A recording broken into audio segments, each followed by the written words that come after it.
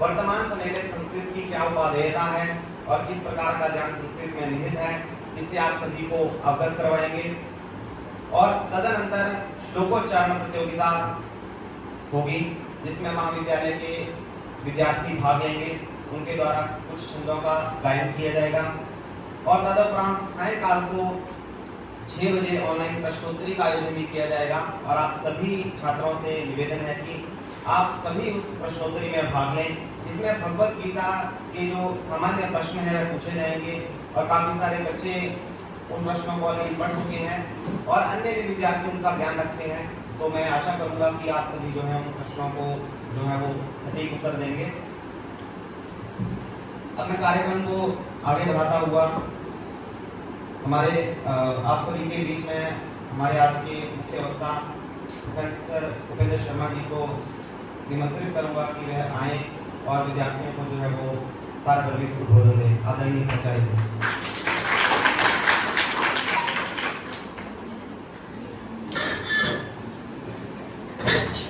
धन्यवाद राजेश। मेरे मित्र, मेरे प्राध्यापक और प्यारे बच्चों, आज संस्कृत दिवस है और आप देख भी रहे होंगे हमारे यहाँ दिवस और गतिविधि इतनी ज़्यादा हो गई है कि प्रतिदिन एक से भी ज़्यादा संख्या में गतिविधियाँ हो रही हैं। तो इस गतिविधि के बारे में तो मैं बात करूँगा, लेकिन फिर से मैं आपको रिमाइंड करवा दूँ कि जो असली पढ़ाई है ये आपने बिल्कुल नहीं छोड़नी है, जो आप क्लासों में पढ़ते हैं। बाकी ये गतिविधियाँ जो हैं ये चली रहती हैं, इनसे भी आपने सीखना है।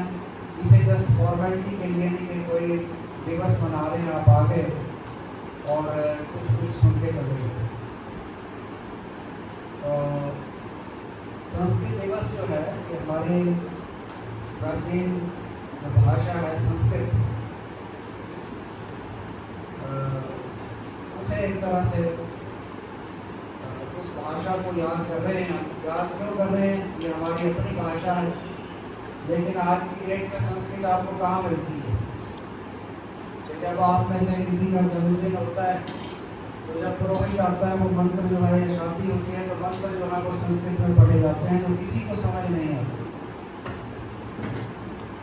हालांकि हमारी अपनी भाषाएं जो है, चाहे हमारी पहाड़ी है, चाहे हिंदी है, चाहे कोई भी भाषा है भारत में, लगभग सभी की सभी पूर्णतः नहीं तो आंशिक रूप से अवश्य संस्कृत से ही बनी है। लेकिन इतना चेंजेस आ गई हैं कि आज की डेट में संस्कृत में लिखा हुआ या बोला हुआ हम समझ नहीं पाते। और जो संस्कृत में मंत्र पढ़ते भी हैं, जैसे शादी में हम लोग संस्कृत में ही नॉर्मली मंत्र पढ़वाते हैं, क्योंकि ऐसा तो कहीं नहीं आपने देखा होगा कि शादी में कोई हिंदी में मंत्र पढ़ रहा है, देखा आपने कहीं? तो ये ट्रेडिशन चली आ रही है। इसके कुछ प्लस माइनस दोनों तरह के पहलू हैं। माइनस तो सबसे बड़ा ये है कि जो मंत्र पढ़ा जा रहा है वो किसी को समझ ही नहीं आता। जोर से बोले जा रहे हैं, क्या बोले जा रहे हैं किसी को कुछ पता नहीं। बहुत बार तो स्थिति होती है कि पढ़ने वाले को पता नहीं होता क्या पढ़ रहा है। मैं अपने घर की एक आपको रियलिटी सुना रहा हूँ। एक हमारे घर में फंक्शन लगा और एक पुरोहित जी को बुलाया गया। जब काम शुरू करने लगे तो कहते हैं कि मैं तो अपनी किताब भूल आया। तो हमारे चाचा जी थे, उनसे कहते हैं कि आपके पास तो नहीं पढ़ी होगी? उन्होंने कहा हाँ मेरे पास पढ़ी है, लेकिन आपके काम की नहीं होगी, आप अपनी ही मंगवा लो। नहीं किया, ऐसा क्या है कि आप निकालो। जब निकाली और उसने देखी फिर कहता अच्छा मैं अपनी ही मंगवा लेता हूँ। तो अपनी क्यों मंगवा लेता हूँ? उसमें एक्चुअली हिंदी में ट्रांसलेशन नहीं था, वो पूरी संस्कृत में ही थी। और उन महान राम भाव को तो अर्थ ही पता नहीं था जो उसने पढ़ना था। तो इस भाषा की स्थिति बहुत खराब है।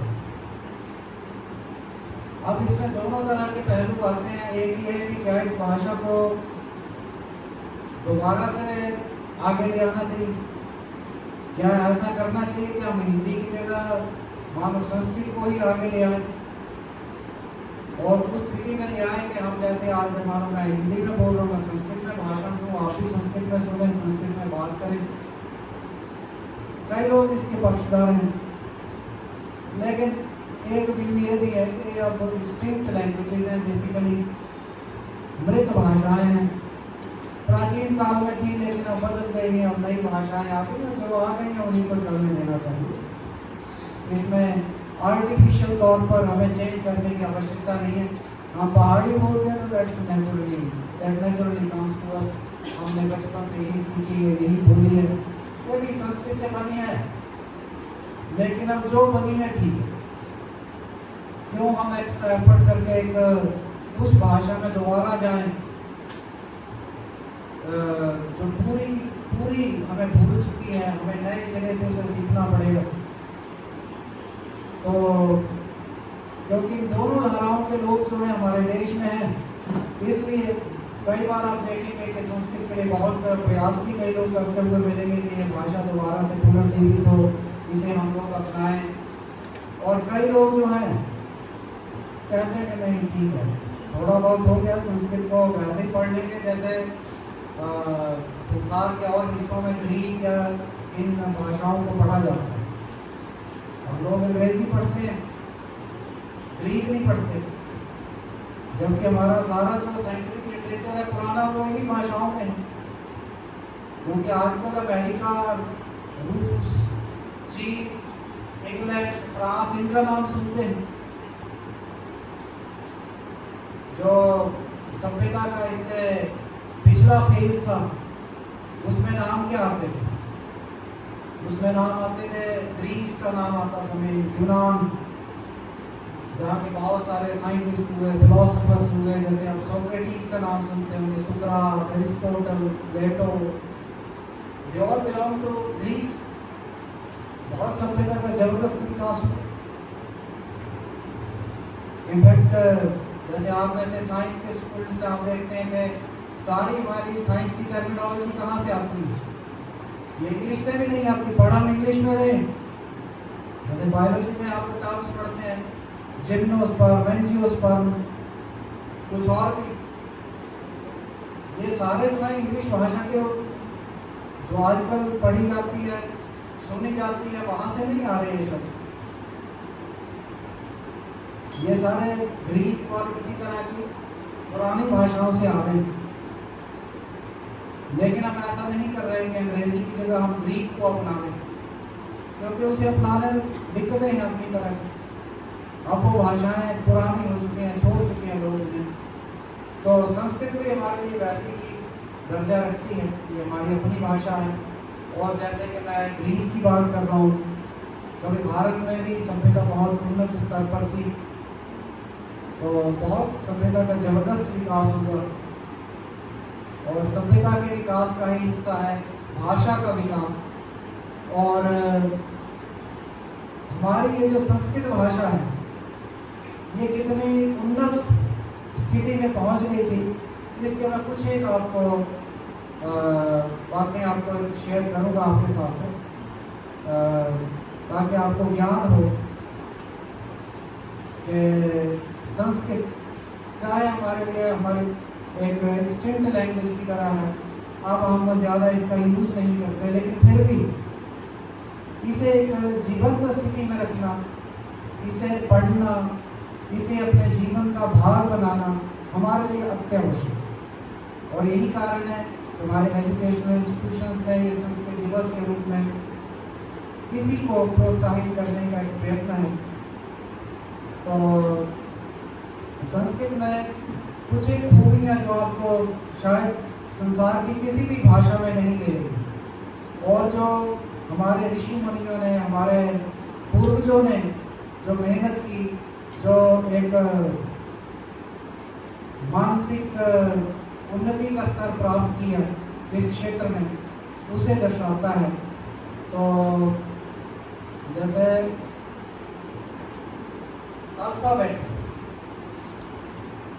आप दो अल्फाबेट तो आप जानते ही हैं, एक इंग्लिश भाषा का है और एक ये जो हिंदी पढ़ते हैं आप, ठीक है, हिंदी और संस्कृत को आप एक ही पलड़े में इस मामले में रख सकते हैं, क्योंकि संस्कृत से ही हमारी हिंदी जो है बनी है, हिंदी पहाड़ी सब इसी से बनी।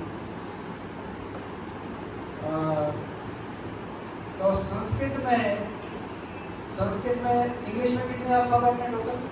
Letters of English alphabet 26 letters आते हैं, और संस्कृत में कितने हैं?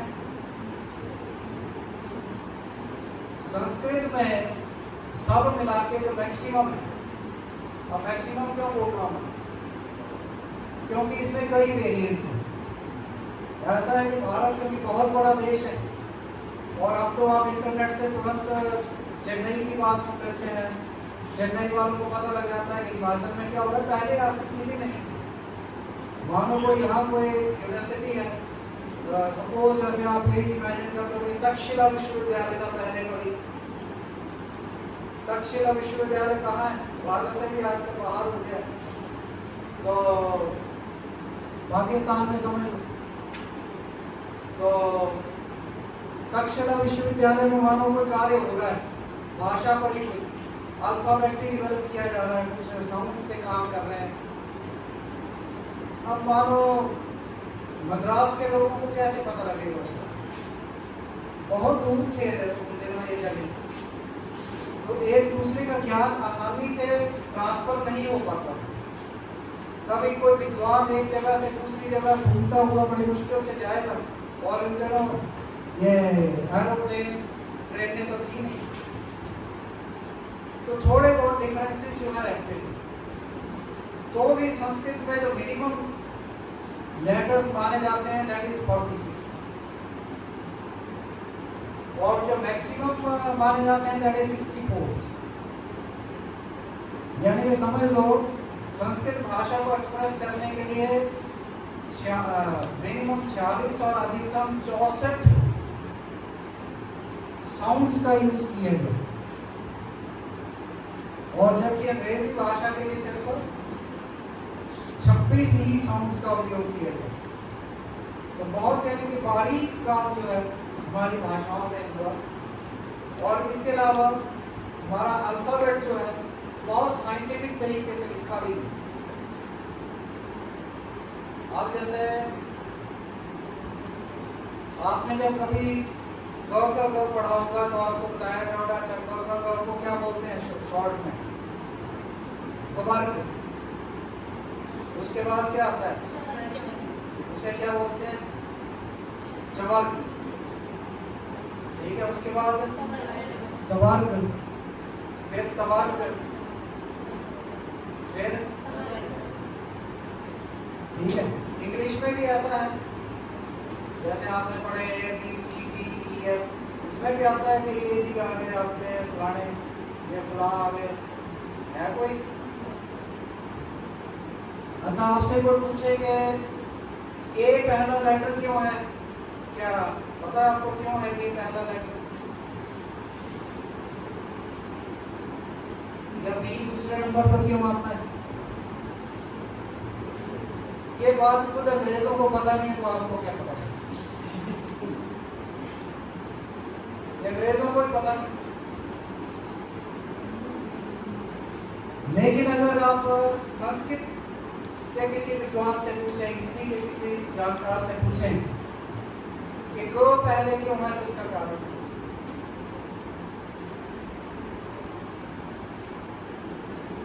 चो बाद में क्यों है, इसका कारण को लास्ट में क्यों आया, वो वर्ग कारण है। हमारा अल्फाबेट भी बहुत साइंटिफिक तरीके से डेवलप किया गया है।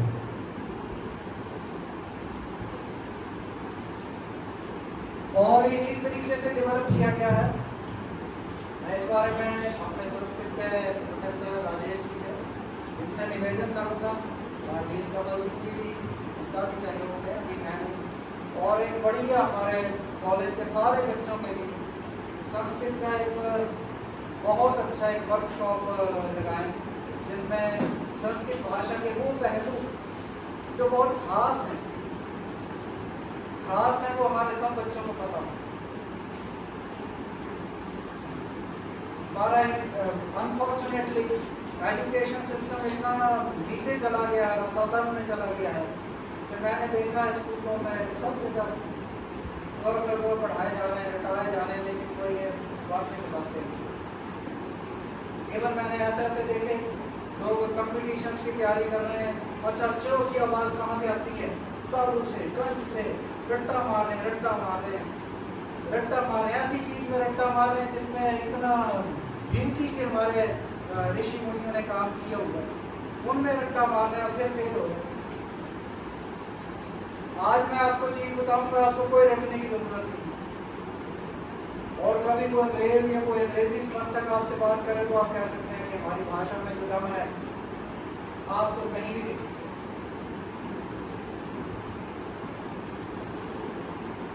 हमारा जो अल्फाबेट है वो इस तरीके से डेवलप किया गया है कि किसी लेटर को बोलने के लिए आवाज कहाँ से आ रही है। सबसे पहले वो लेटर्स लिए गए हैं जिनकी आवाज गले से आती है। क ख, अब बोल के देखिए आवाज गले से आ रही है। ख ख ग घ, के बाद क्या आता है? ये भी बड़ा कंफ्यूजन है, लोगों को पता ही नहीं है आवाज का।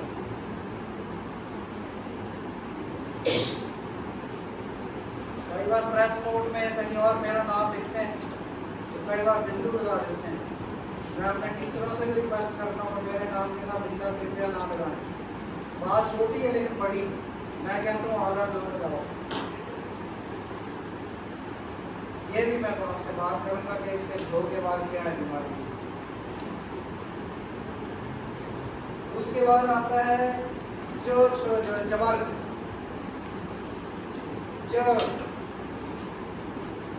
कैसे बोला जाएगा? देखो आवाज कहाँ से आ रही है, आवाज कहाँ से आ रही है इसकी पहचान आप ऐसे करो कि कहाँ से किस जगह पे प्रेशर पड़ रहा है, कहाँ से हवा निकल रही है, कहाँ से टंग जो है एक तरह से टच कर रही है या टच करने की कोशिश कर रही है, लगभग दो जगह।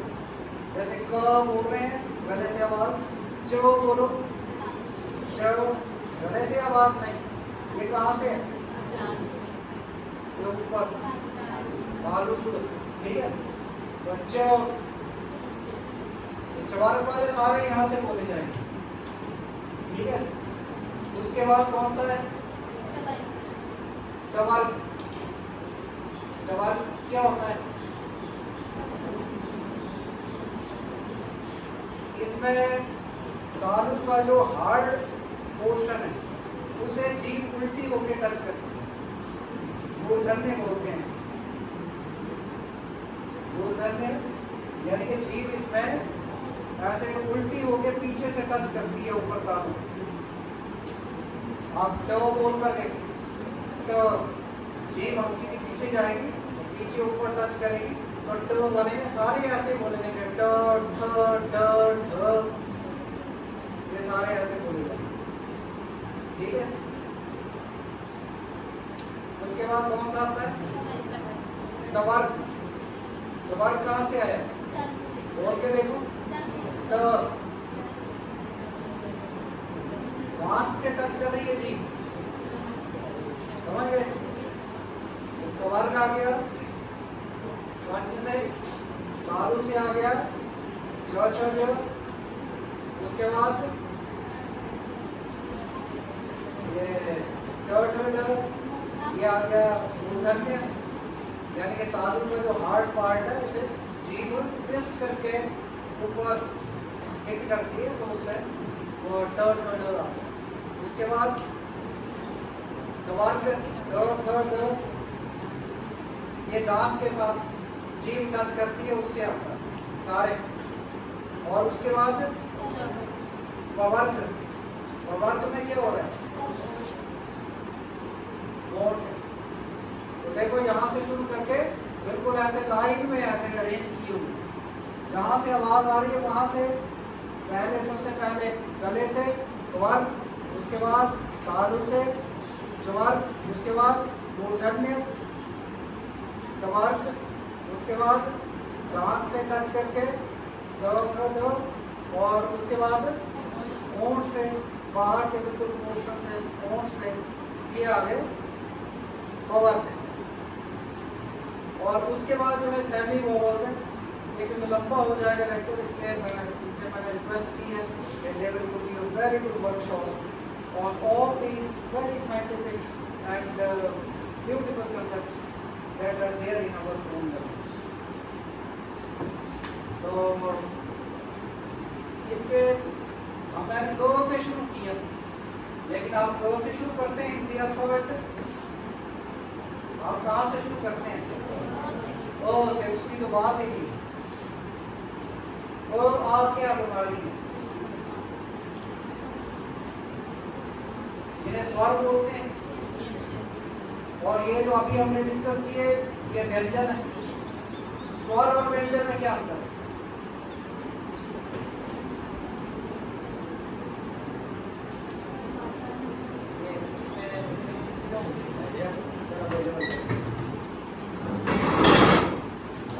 स्वर और व्यंजन में क्या अंतर है? एक आपसे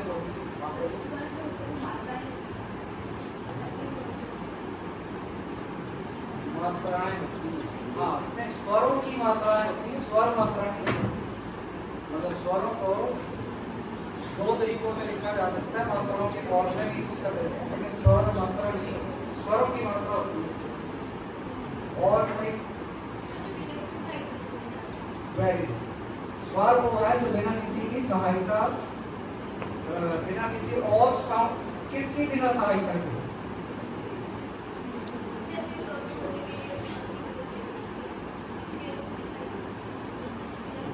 बिना किसी साउंड की सहायता, ठीक है ना? यानी ये बेसिकली दीज आर साउंड्स। स्वर ऐसी साउंड है जो इंडिपेंडेंट अपने आप बोली जा सकती है अपने आप में, और व्यंजन ऐसी साउंड है जो इंडिपेंडेंट नहीं है, बिना किसी स्वर की सहायता के नहीं बोली जा सकती, उसे व्यंजन। अब ये सहायता का कंसेप्ट क्लियर है आपको? सहायता क्या होगी?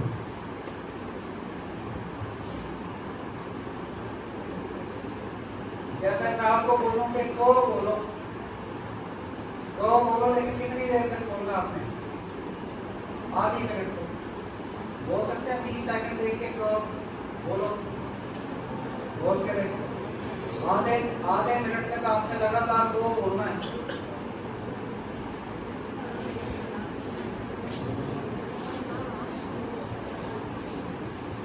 बोल पा रहे हैं? चलो मैं बोल देता हूँ सबके लिए।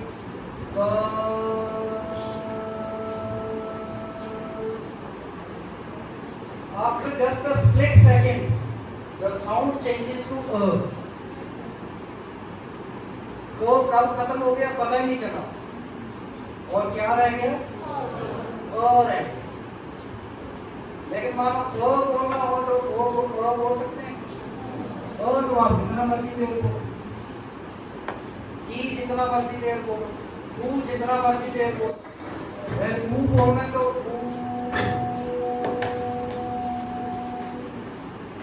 इट कैन बी कॉन्टिन्यूड इंडेफिनिटली, लेकिन को नहीं आप इंडेफिनिटली बोल सकते। इंडेफिनिटली ये तो इतना छोटा है, बल्कि छोटे की स्टडी मैथमेटिक्स में की गई है। ये आशीष जी कभी अच्छी वर्कशॉप दे सकते हैं कि कैसे छोटे से छोटी चीज और किसी चीज के नजदीक से नजदीक हम जा सकते हैं। इसी तरह का कंसेप्ट है कि क बोलने में खुद क की साउंड इतनी कम है कि बोली की बोली बराबर हो जाती है, बाकी क्या रह जाता है? तो क, का, की, आप देख रहे हैं कि क तो जरा सा ही आ रहा है, बाकी क्या आ रहा है? आ, ई नहीं आ रहा। तो ये स्वर और व्यंजन में अंतर है। कई जगह ये जो अंतर है ये हम लोग समझ नहीं पाते और बहुत कंफ्यूजन क्रिएट करता है। एक बार ये मैं रियल स्टोरी सुनाऊं। मेरे दो मित्र थे, एक आज प्रिंसिपल है, वो इकोनॉमिक्स के थे, एक और थे वो इंग्लिश के थे, आजकल सेंट्रल यूनिवर्सिटी में चले गए थे। वो आंध्र प्रदेश के रहने वाले थे, यूपी में उनकी परवरिश हुई थी और यहाँ हिमाचल में जॉब कर रहे थे। तो बात हुई कि एक साउंड होती है ना, जिसे हम लोग पढ़ते हैं ऋषि या कृपया, उसमें आती है साउंड, उसे कैसे पढ़ते हैं?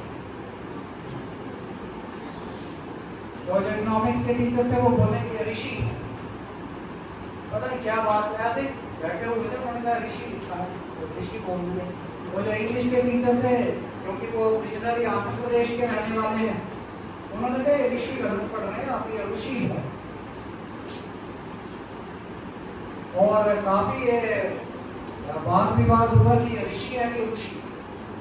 वो ऋषि के समर्थन में जो है उन्होंने आर्गुमेंट दी कि आप सुब्बुलक्ष्मी को सुनना के क्लासिकल सिंगर है, साउथ इंडिया की, अब तो नहीं रही है, बहुत फेमस रही है, कि सुब्बुलक्ष्मी को सुनना के, तो वो भी ऐसे बोलते हैं, रूप बोलती है।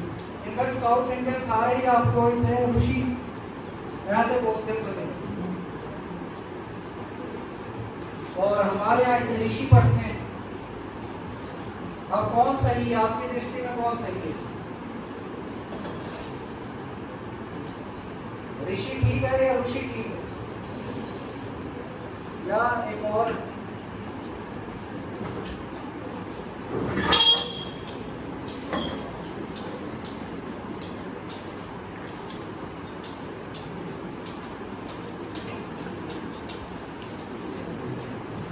इन दोनों में क्या फर्क देखते हैं?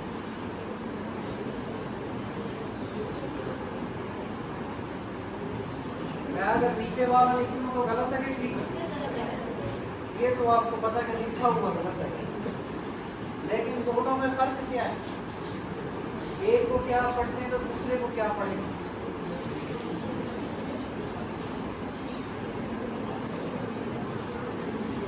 जो इन्हें अलग अलग पढ़ना जानते हैं वो खड़े होकर सुना दो।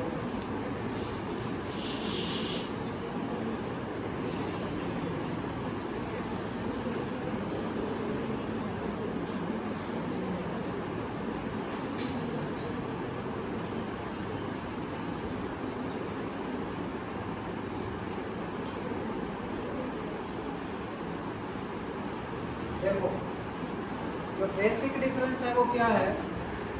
ये इन दोनों में अंतर समझो। इसमें ये व्यंजन लग रहा है, बल्कि व्यंजन को हलंत के रूप में लिखते हैं, क्योंकि हलंत का मतलब है ड्रॉ की ओरिजिनल साउंड विदाउट अ, जो लगभग असंभव की तरह है, क्योंकि ओ के बिना रो बोलना असंभव की तरह है, लेकिन फिर भी कुछ न कुछ आता है, तो उसका नाम ये है नीचे वाला रो आवाज। ठीक है, हमें बोलना बहुत मुश्किल है। इसके साथ हमने ये स्वर लगा दिया, ठीक है, मैंने क्या है यहाँ भी बोलता हूँ।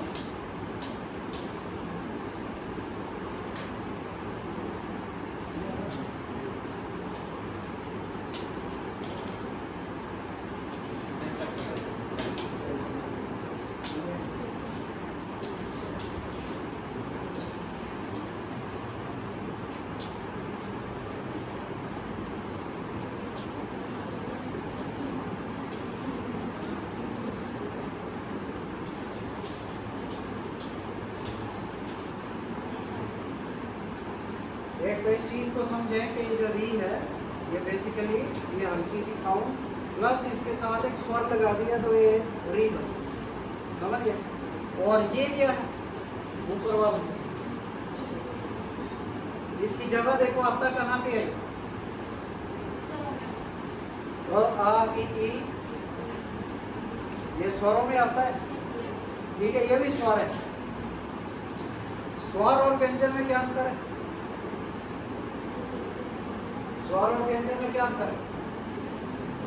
स्वर इंडिपेंडेंटली बोला जा सकता है, जैसे सेम आवाज, नो चेंज। इसी तरह से ये भी जो है स्वर है, तो इसकी भी इंडिपेंडेंट आवाज है। अगर आप इसकी तरह ऐसे बोलेंगे र या री, तो ये वाली बन गई क्योंकि इसमें ई बन जा रही है, तो इसकी साउंड कैसे रहेगी? इसकी साउंड चेंज नहीं होगी। अगर आप इसे सिंपली ऋषि री करके बोलते हैं री, तो ये ई बन आ गई। तो इसे ऐसे तरीके से बोलना है कि इसकी वही आवाज है, तो इसकी एग्जैक्ट आवाज जो इसकी है वो है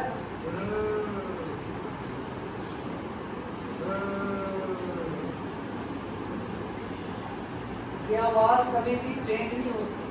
चेंज होगी तो ये री रही ही नहीं।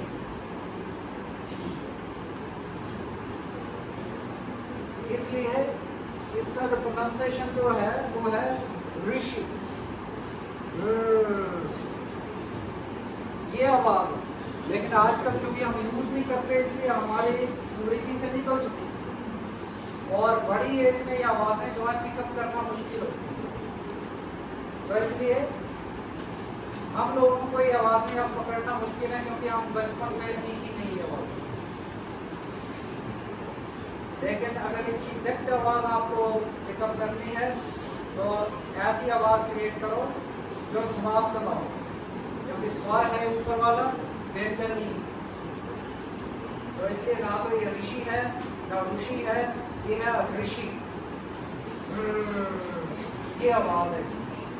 तो सेम आवाज you can continue indefinitely for as long as you wish। और संस्कृत में तो ये भी इसके दो वेरिएंट्स हैं री के। इसके अलावा एक री भी होती है। कई भाषाओं में अभी भी आवाजें चल रही हैं। जैसे मैं केरल गया, वहाँ मैंने मलयालम सीखने की कोशिश की, तो वो साउंड उन्होंने बरकरार रखी। हालांकि मैं उनकी एग्जैक्ट जो यानी कि आवाज़ है उसे पकड़ नहीं पाया, क्योंकि बड़ी एज में आवाज़ें पकड़ना मुश्किल होती है जो आपने बचपन में नहीं सीखी। तो लेकिन फिर भी उस री के बारे में ये क्लियर आपने समझना है, ये स्वर है और इसकी आवाज़ जो है ये आवाज़ है जो चेंज नहीं। एक और आपको बाकी ज़्यादा डिटेल बहुत साइंटिफिक, बहुत अच्छा इसका बड़ी ब्यूटी है संस्कृत अल्फ़ाबेट की, हिंदी अल्फ़ाबेट की। इसके राजेश जी किसी बड़ी सुंदर वर्कशॉप देंगे और आप सबने अटेंड करने, बल्कि पूरे कॉलेज को अटेंड करवाएंगे। एक और बड़ी सुंदर बात, जैसे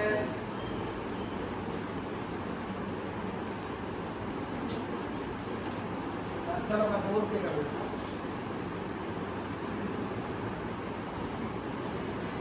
मैं स्कूल जाता हूँ, इंग्लिश में क्या बोलते हैं? आई गो टू स्कूल। और संस्कृत में क्या बोलते हैं? अहम विद्यालयम गच्छामि। ठीक है, अहम विद्यालयम गच्छामि। आई गो टू स्कूल को मैं ऐसे बोल दूं तो ठीक होगा, स्कूल आई गो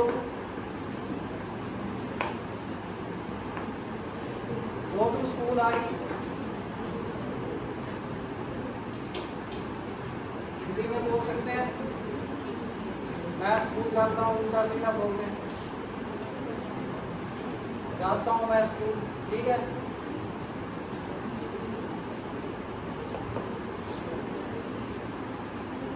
बड़ी बात। संस्कृत में आप शब्दों को आगे पीछे बड़े आराम से कर सकते हैं। This is another beauty of this language. अहम विद्यालयम गच्छामि, गच्छामि अहम Vidyalayam, equally correct, equally correct. Vidyalayam गच्छामि अहम, विद्यालयम अहम गच्छामि, अहम विद्यालयम गच्छामि, अहम गच्छामि विद्यालयम। और इसी सेंटेंस में नहीं, एनी सेंटेंस। और इस ब्यूटी का बहुत ही यूज किया लोग, बहुत ही यूज किया, इसलिए बहुत सारे संस्कृत के ग्रंथ जो है काव्यात्मक भाषा में मिलते हैं। तो इससे आसानी बहुत हो जाती है ना राइटिंग करने में भी। अब आगे पीछे कर लो, विद्यालय के साथ आपने मिलाना है साउंड, तो विद्यालय के साथ मिला लो, विद्यालय लास्ट में ले जाओ, हम ले जाओ, गच्छामि ले जाओ, जैसे मर्जी कर लो, and all are equally correct. बल्कि हमारा एक मंत्र है जो पढ़ते हैं, ओम नमः शिवाय। कई लोग आपने देखा उल्टा पढ़ते, उल्टा नहीं तो उल्टा नहीं है, बेसिकली लगता उल्टा है। जैसे कई लोग पढ़ते हुए मिलेंगे शिवाय ओम नमः, शिवाय नमो ओम। ऑल आर इक्वली करेक्ट, क्योंकि संस्कृत एक ऐसी भाषा है, मुझे नहीं पता और कोई भाषा ऐसी है कि नहीं जिसमें ऑर्डर मैटर नहीं करता।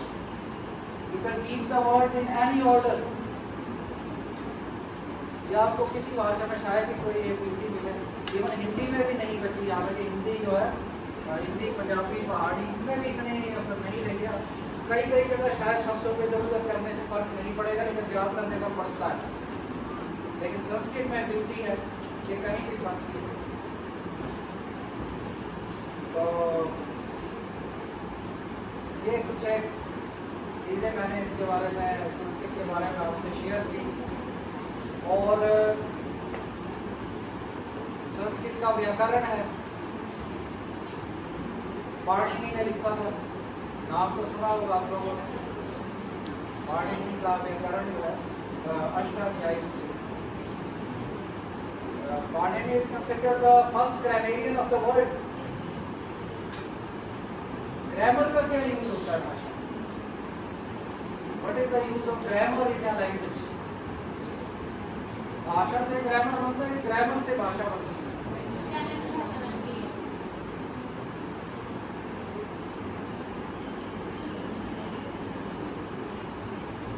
ग्रामर से भाषा नहीं बनती, भाषा से ग्रामर बनती है।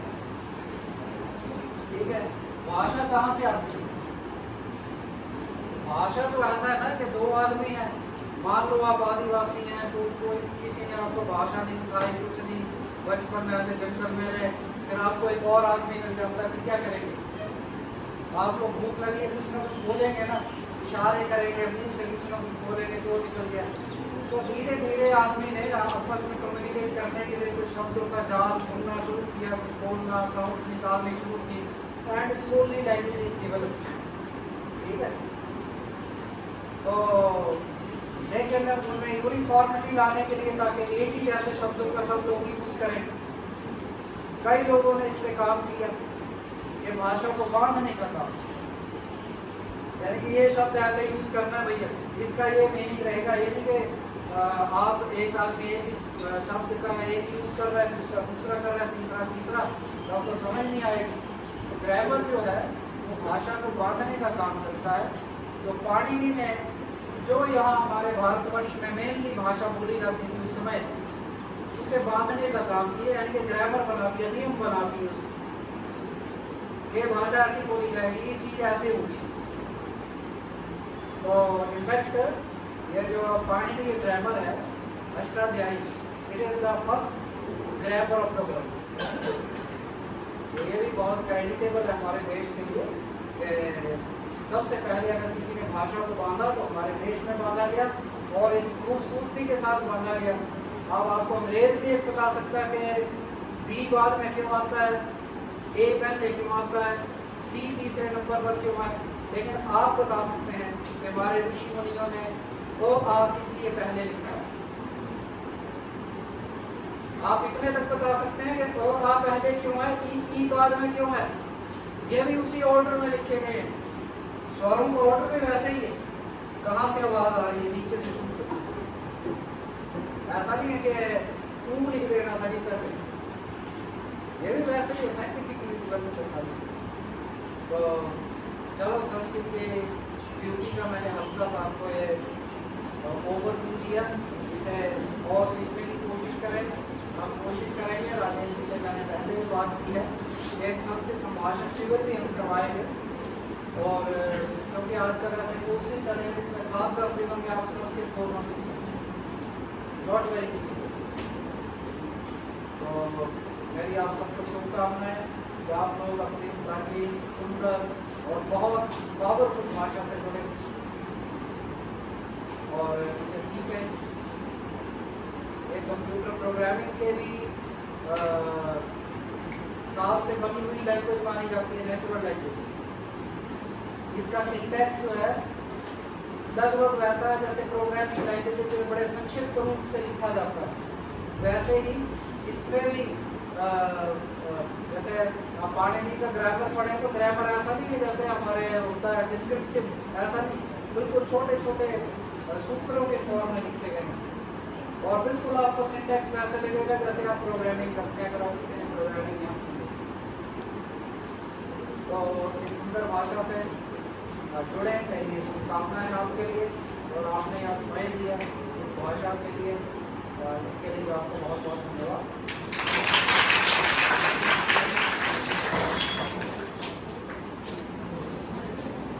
धन्यवाद सर, आपने बड़े ही आकर्षित तरीके से संस्कृत की वैज्ञानिकता को आप सभी छात्रों के समक्ष रखा। काफ़ी सारी चीज़ें ऐसी हैं जो कि आप विद्यार्थियों के लिए जानने योग्य थी और इन फ्यूचर की भविष्य में आपके काम आने वाली चीज़ें चाहे वो चाण खान की बात इत्यादि। और सर ने बड़े ही वैज्ञानिक तरीके से आप सभी के समक्ष बातों को रखा। इसके लिए मैं सर का हार्दिक धन्यवाद करना चाहूँगा। धन्यवाद सर। अब हमारी अग्रिम जो कार्यक्रम है लोकोस चाण प्रतियोगिता, उसको मैं प्रारंभ करना चाहूँगा। तो मेरा निवेदन रहेगा कि हमारे महाविद्यालय के प्राध्यापक प्रोफेसर नेहा चौधरी जी, प्रोफेसर प्रिया और प्रोफेसर अभिषेक जी की वह विद्यार्थियों को जो है निर्णायक के रूप में जो है भूमिका निभाएंगे। तो विद्यार्थी इसमें सहज रहें, घबराने की आवश्यकता नहीं है, ये केवल एक सामान्य प्रक्रिया है। आप जैसा आपने तैयार किया है, जिस हिसाब से तैयार किया है, आप उसी के अनुसार अपने श्लोकों को उच्चरित करेंगे। तो सर्वप्रथम मैं बुलाना चाहूँगा महक BA सेकेंड ईयर, महक BA सेकेंड ईयर।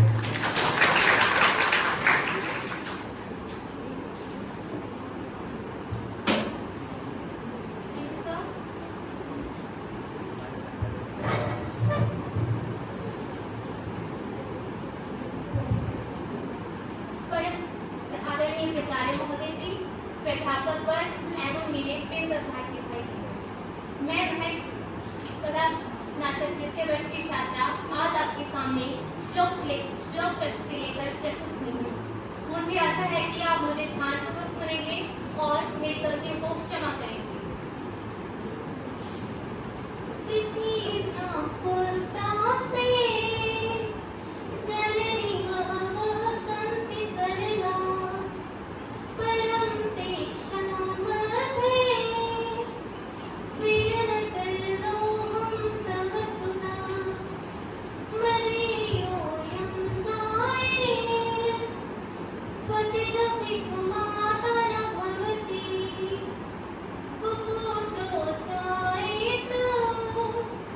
क्वचिदपि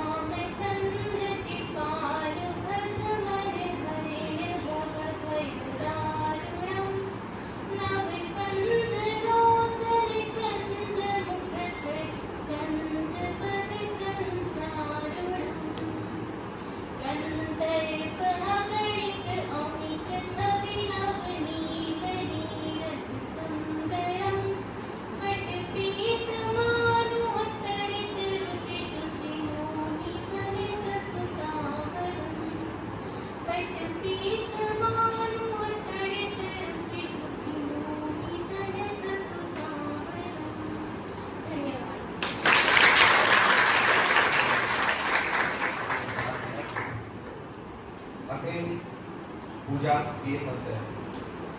कृपया संबोधन ना करें, सीधा अपना शुरू करें।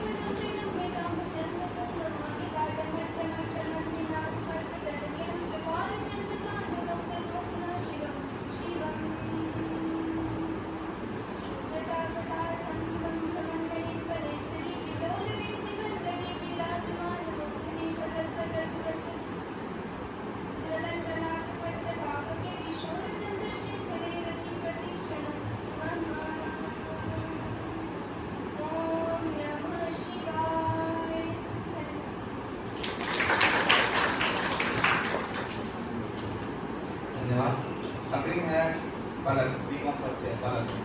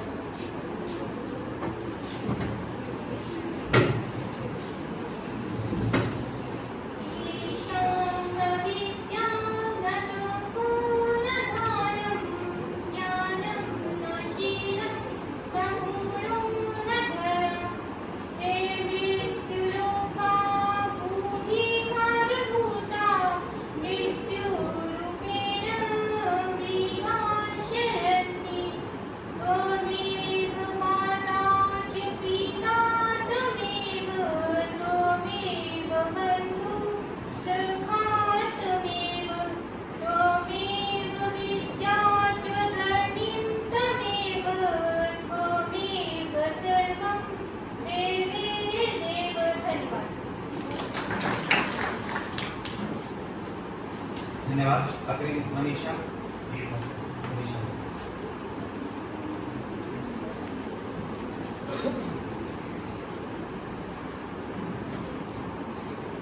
आदरणीय प्राचार्य महोदय जी, आदरणीय प्राध्यापक एवं मेरे प्रिय सहपाठियों, मैं मनीषा बीएड प्रथम वर्ष की छात्रा आज आपके समक्ष श्लोक प्रस्तुति लेकर प्रस्तुत हुई हूँ।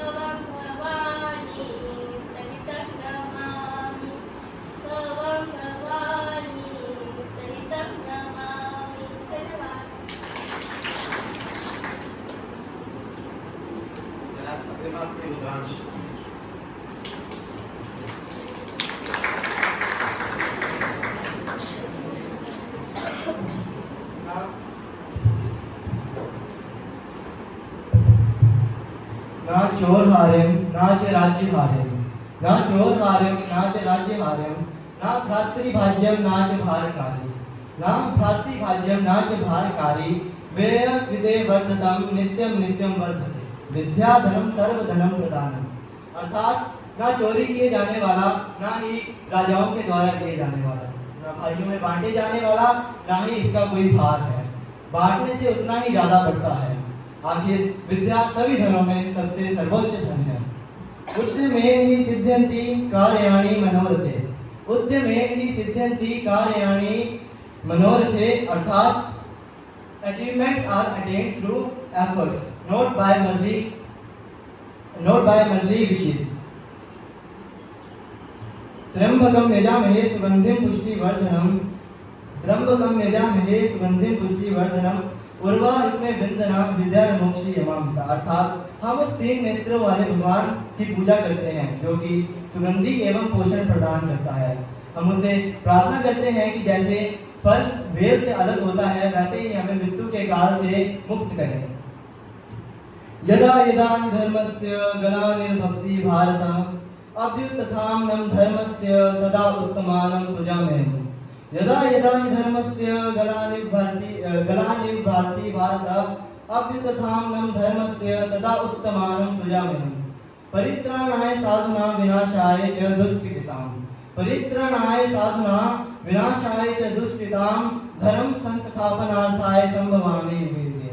अर्थात जब जब धर्म कम होगा और अधर्म बढ़ेगा, अर्थात जब जब धर्म कम होगा और धर्म बढ़ेगा, तब तब मैं सृष्टि में आऊंगा। जब जब साधुओं का उद्धार करना होगा और दुष्टों का विनाश करना होगा, तब मैं युग में अलग अलग युगों में प्रकट होगा। धन्यवाद।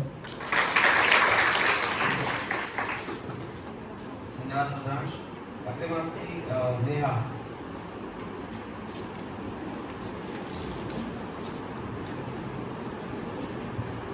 आदरणीय प्राचार्य महोदय जी, परम आदरणीय प्राध्यापक एवं मेरे प्रिय सहपाठियों, मैं नेहा कला स्नातक द्वितीय वर्ष की छात्रा आज आपके सामने संस्कृत दिवस पर कुछ श्लोक लेकर प्रस्तुत हुई हूँ।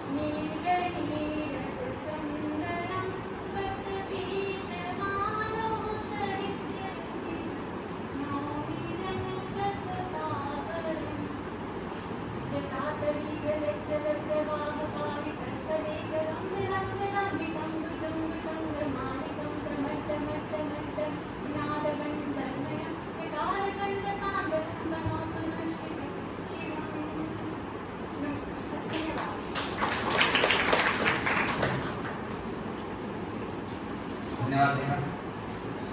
अगले में शिवानी, शिवानी।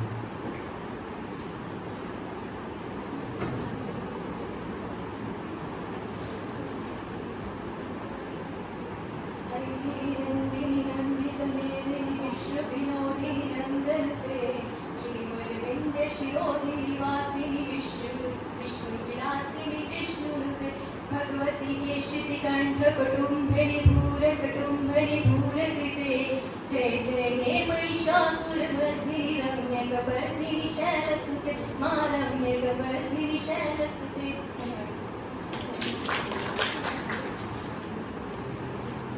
धन्यवाद शिवानी। सभी छात्रों का हार्दिक धन्यवाद। इसी के साथ हमारा जो ये कार्यक्रम है वो समापन की ओर है।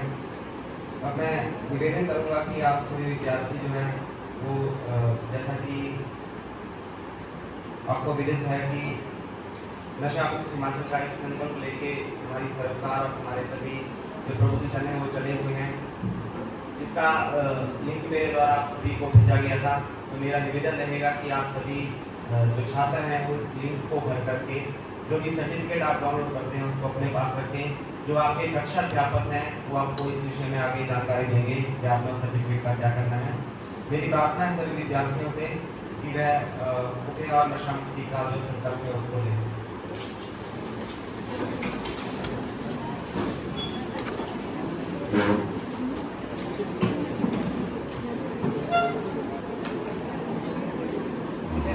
प्लस पोजीशन ले लेंगे बच्चे सारे और मेरे पीछे रिपीट करेंगे। ठीक है?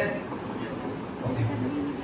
आज मैं नशा मुक्त जीवन शैली अपनाने और दूसरों को भी ऐसा करने के लिए प्रोत्साहित करके नशा मुक्त भारत अभियान में योगदान लेने की शपथ लेता हूँ। मैं प्रतिज्ञा करता हूँ नशा मुक्त रहूंगा और अपने परिवार दोस्तों और समुदायों को भी ऐसा करने के लिए प्रोत्साहित करूंगा। नशीली दवाओं के हानिकारक प्रभावों और नशा मुक्त जीवन के महत्व के बारे में जागरूकता बढ़ाऊंगा। नशा मुक्त भारत अभियान के तहत अभियानों और पहलों में सक्रिय रूप से भाग लूंगा। व्यसन से जूझ रहे व्यक्तियों का समर्थन करूंगा और पुनर्वास के लिए उनका मार्गदर्शन करूंगा। नशीली दवाओं से मुक्त जीवन शैली को बढ़ावा देने वाली स्वस्थ और सकारात्मक गतिविधियों को बढ़ावा दूंगा।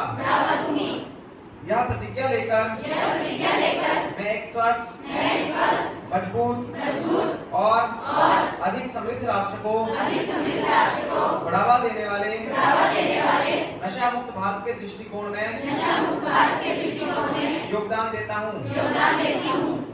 धन्यवाद। जय हिंद, जय हिमाचल, जय भारत।